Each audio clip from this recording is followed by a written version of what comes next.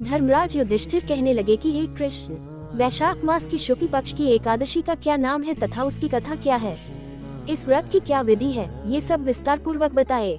सरस्वती नदी के तट पर भद्रावती नाम की एक नगरी में धनपाल नामक वैश्य रहता था। वह अत्यंत धर्मालु और विष्णु भक्त था। उसने नगर में अनेक भोजनालय, प्याव, कुएं, सरोवर, धर्मशाला आदि बनवाए थे।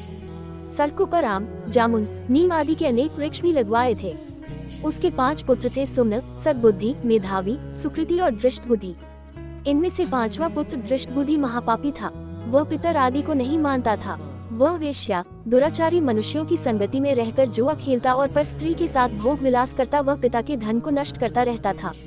इन्हीं कारणों से त्रस्त होकर पिता ने उसे घर से निकाल दिया था। घर से बाहर निकलने के बाद वह अपने गहने कपड़े बेचकर अपना निर्वाह करने लगा। जब सब कुछ नष्ट हो गया तो वेश्या और दुराचारी साथियों ने उसका साथ छोड़ दिया। अब वह भूख प्यास से अति दुखी रहने लगा। कोई सहारा न दे, चोरी करना सीख गया। एक बार वह पकड़ा गया तो वैश्य का पुत्र जानकर चेतावनी देकर छोड़ दिया गया, मगर दूसरी बार फिर पकड़ में आ गया। राजा ने इस बार उसे कारागार में डाल दिया। बाद में राजा ने उसे नगरी से निकल जाने को कहा।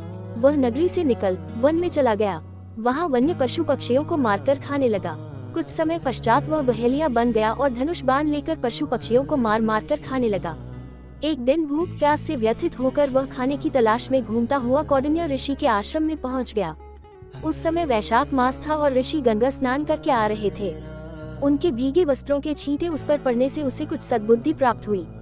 वह कौंडिन्य मुनि से हाथ जोड़कर कहने लगा कि हे मुने, मैंने जीवन में बहुत पाप किए हैं। आप इन पापों से छूटने का कोई साधारण बिना धन का उपाय बताए। उसके दीन वचन सुनकर मुनि ने प्रसन्न होकर कहा कि तुम वैशाख शुक्ल की मोहिनी नामक एकादशी का व्रत करो, इससे समस्त पाप नष्ट हो जाएंगे। मुनि के वचन सुनकर वह अत्यंत प्रसन्न हुआ और उनके द्वारा बताई गई विधि के अनुसार व्रत किया। इस व्रत के प्रभाव से उसके सब पाप नष्ट हो गए और अंत में वह गरुड़ पर बैठकर विष्णुलोक को गया। इस व्रत से मोह आदि सब नष्ट हो जाते हैं। इसके महात्म्य को पढ़ने से अथवा सुनने से 1000 गोदान का फल प्राप्त होता है।